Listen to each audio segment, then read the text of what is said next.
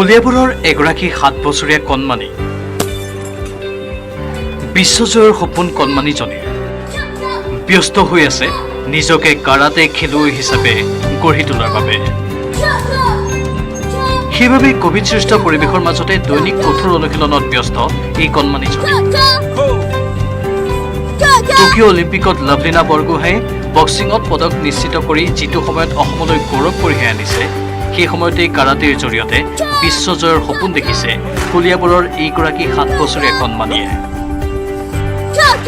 মই 5 বছৰৰ পৰা শিকি আছো। কি বেল্ট আকৌ? মই গ্ৰীণ বেল্ট।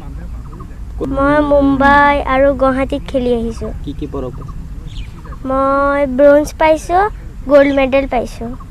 মই ভৱিষ্যত লাভলিনা বাৰ দৰে মই খেলি কাৰাটেৰ জৰিয়তে বিশ্বজয় কৰিম। কণমানিগৰাকীৰ নাম অংশী প্ৰিয়ম আহমেদ। ইতিমধ্যে 7 বছৰ বয়সতেই টিউবলাইট পথ ব্ৰেকিং কৰি অংশীয়ে দৃষ্টি আকৰ্ষণ কৰিছে সকলোৰে।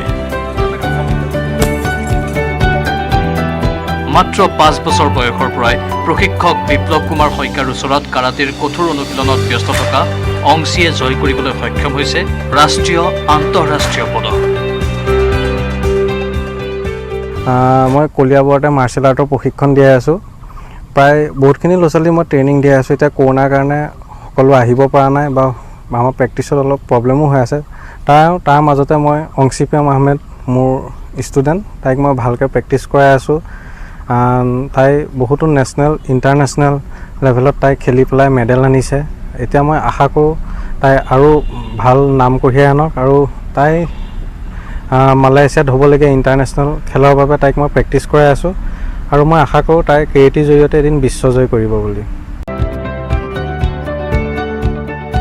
2013 চনত জন্মগ্ৰহণ কৰা অংশী প্ৰিয়মে তেজপুৰস্থিত কেন্দ্ৰীয় বিদ্যালয়ৰ 3য় শ্ৰেণীৰ ছাত্ৰী।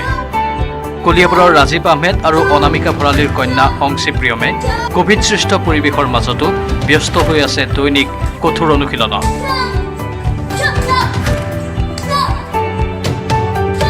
ইতিমধ্যে গুৱাহাটী, মুম্বাইত কাৰাটে প্ৰতিযোগিতাত সোণ আৰু ব্ৰঞ্জৰ পদক বুটলিবলৈ সক্ষম হোৱা অংশীয়ে মালয়েছিয়াত অনুষ্ঠিত হ'বলগীয়া কাৰাটে প্ৰতিযোগিতালৈ নিজকে কঠোৰ অনুশীলনৰ জৰিয়তে প্ৰস্তুত কৰি তুলিছে।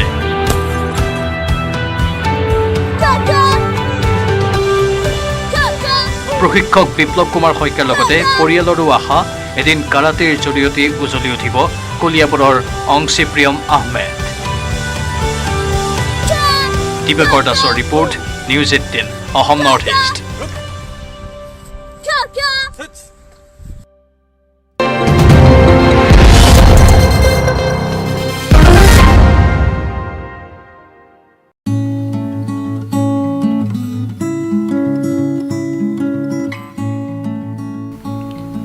নাকে মুখে পাইপ লগাই থোৱা ডক্টৰ বিৰুবলা ৰাভা বৰ্তমান বহু পৰিমাণে সুস্থ হৈ উঠিছে।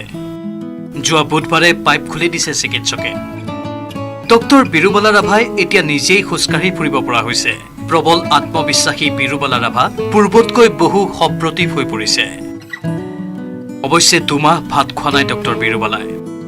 এতিয়াও গোটা আহাৰ খাব দিয়া নাই চিকিৎসকে। কিন্তু পাইপ খোলাৰ 5 দিনৰ পিছত খাব পাৰিব পনীয়াকৈ ৰন্ধা ভাত।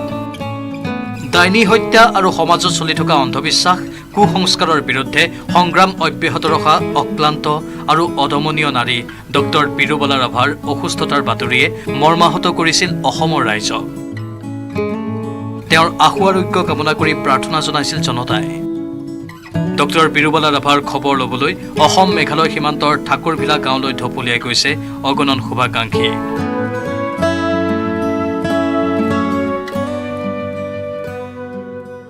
পোন্ধৰ 20 দিনমান আগতে মই আকৌ বাইদেউৰ খবৰ ল'বৰ কাৰণে আহিছিলোঁ, আৰু সিদিনা বাইদেউ খুব দুৰ্বল দেখিছিলোঁ, আৰু বাইদেউ তেতিয়া মুখত আৰু নাকেৰে পাইপ লোৱা অৱস্থাত পাইছিলোঁ।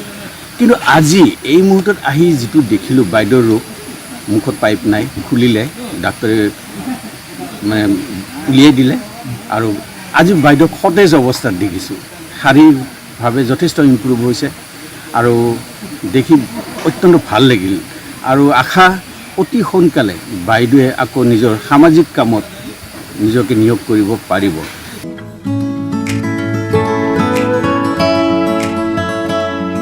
শয্যাশায়ী বিৰুবলা ৰাভা এতিয়া লাহে লাহে সুস্থ হোৱাত সকলোৱে ধন্যবাদ জনাইছে ভগৱানক।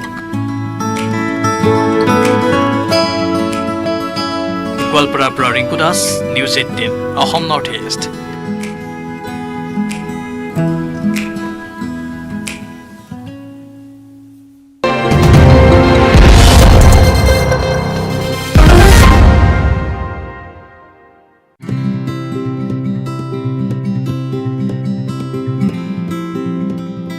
ৰাজ্যৰ কৃষকসকললৈ ভাল খবৰ।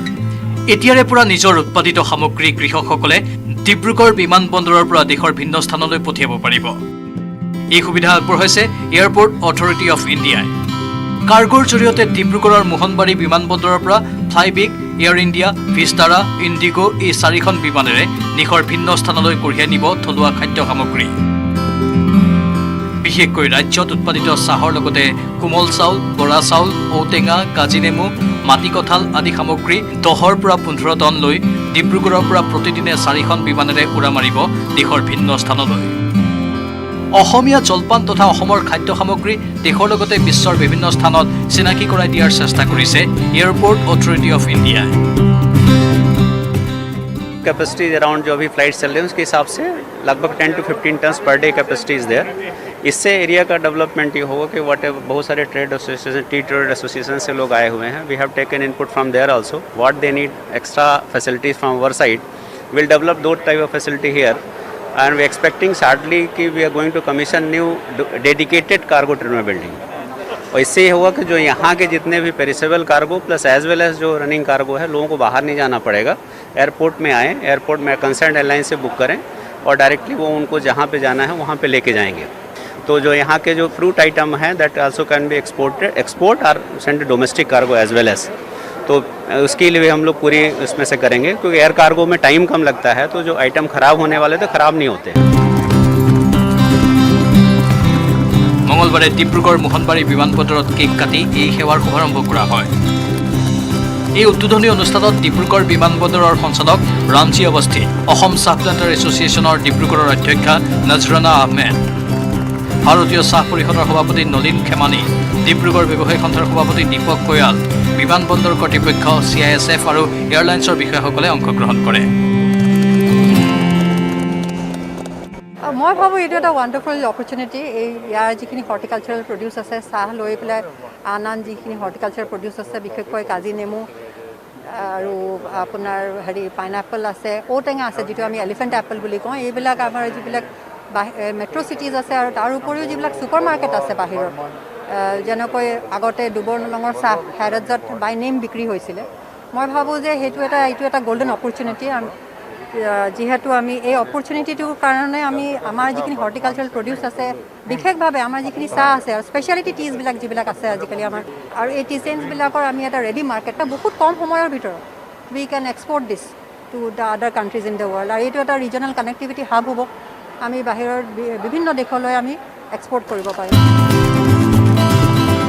অসমৰ চাহ, সতেজ মাছ, ফুল, ফল আৰু অন্যান্য থলুৱা খাদ্য সামগ্ৰী ৰপ্তানিৰে অসম, অৰুণাচল প্ৰদেশ আৰু অন্যান্য সংলগ্ন অঞ্চলৰ অৰ্থনৈতিক বিকাশত অৰিহণা যোগাব বুলি আশা প্ৰকাশ কৰিছে সকলোৱে। ঋষেশ্বৰ বৰুৱাৰ report, news 18 Asom north east.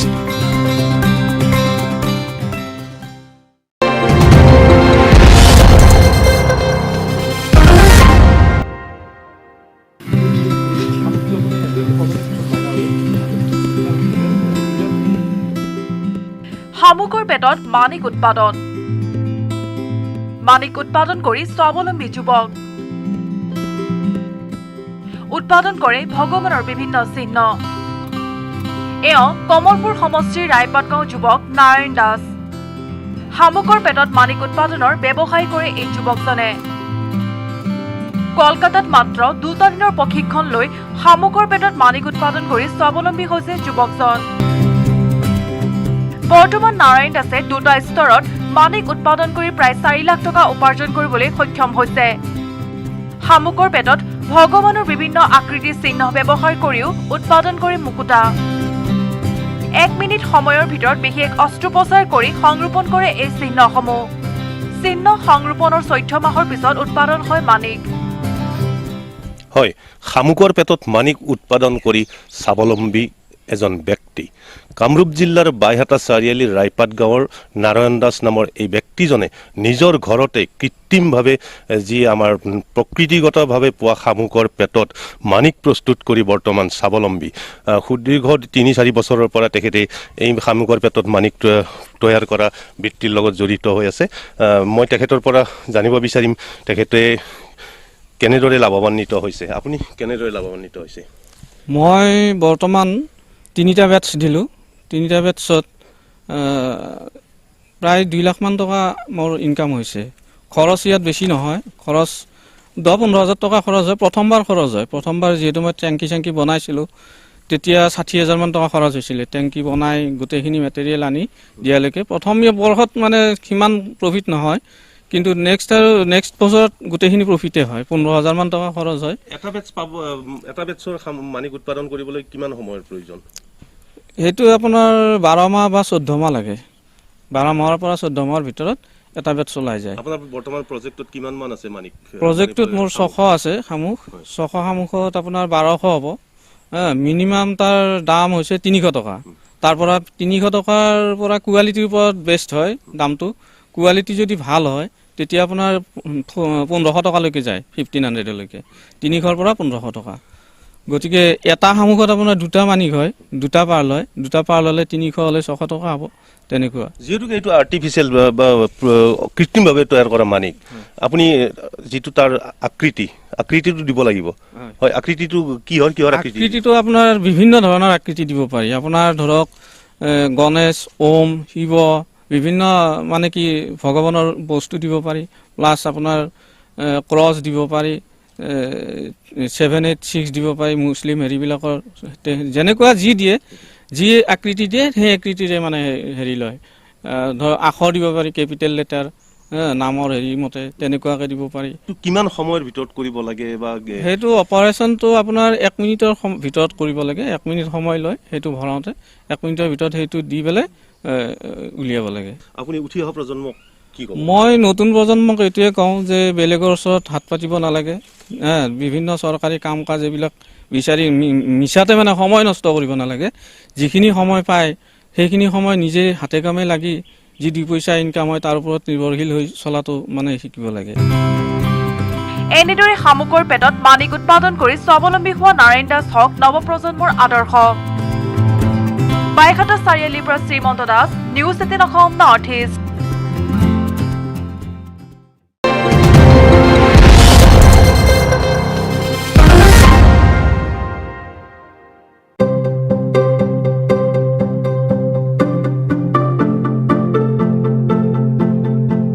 Corona কালত দুৰ্বিষহ জীৱনৰ সামূহিক সকাহ বিচাৰি ৰাজপথলৈ ওলাই আহিল গহপুৰৰ একাংশ মহিলা। উদ্দেশ্য সেউজী ধৰণী ধুনীয়া কৰাৰ। পথৰ কাষত মূল্যৱান গছপুলি ৰোপণ দক্ষিণ কলাবাৰী লেখিকা সমাৰোহ সমিতিৰ এইসকল মহিলাৰ।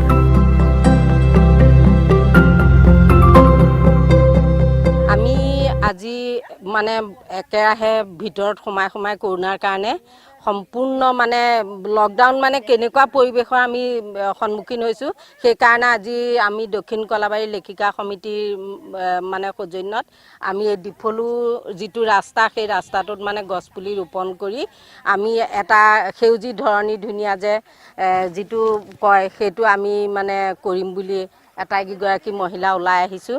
গতিকে আজি আমি বিভিন্ন ঠাইত কেইজোপামান কৃষ্ণচূড়া, ৰাধাচূড়া আৰু শিমলু, মধুৰিআম এনেধৰণৰ গছপুলি ৰুই পেলাই মানে প্ৰকৃতি সজীৱ কৰি তুলিম বুলি পেলাই আমি ভাবিছোঁ। বিশ্বনাথ জিলাত কৰোনা সৃষ্ট পৰিৱেশৰ কিছু উপশম ঘটিছে, যেন ঘূৰি আহিছে স্বাভাৱিক পৰিৱেশ। সেই জিলাখনৰ গহপুৰৰ দক্ষিণ কলাবাৰী শাখা লেখিকা সমাৰোহ সমিতিৰ সদস্যসকলে বৰ্তমান সময়ত একোটা গছপুলি ৰোপণৰ মহত্ব কিমান তাক দাঙি ধৰিলে উদাহৰণৰ মাজেৰে। অঞ্চলটোৰ 15 নম্বৰ ৰাষ্ট্ৰীয় ঘাইপথ সংযোগী ডিফলু সত্ৰৰ গড়কাপ্তানী পথত লেখিকা সমাৰোহ সমিতিৰ সদস্যসকলে এনেদৰে ৰোপণ কৰিলে মধুৰি, আম, শিলিখা ফলৰ গছৰ লগতে কৃষ্ণচূড়া, ৰাধাচূড়া, বটগছ, আহত, শিমলু আদি মূল্যৱান গছপুলি। গহপুৰৰ পৰা Palash Phukan, news 18 Asom north east.